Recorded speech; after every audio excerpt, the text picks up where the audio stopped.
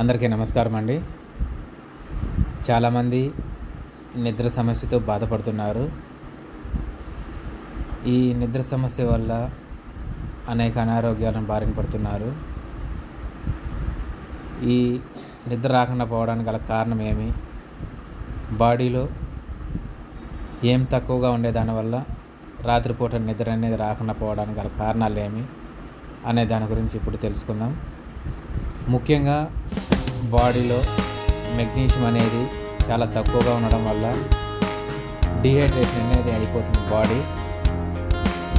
So ఈ magnesium మనం ఎక్కువగా పెంచుకోవాలనుకుంటే దానికి సంబంధించినటువంటి ఆహార నియమాలేమి, అలాగే ఎటువంటి దానికి సంబంధించిన ఆహారం తీసుకుంటే మంచిదనే దాని గురించి తెలుసుకుందాం.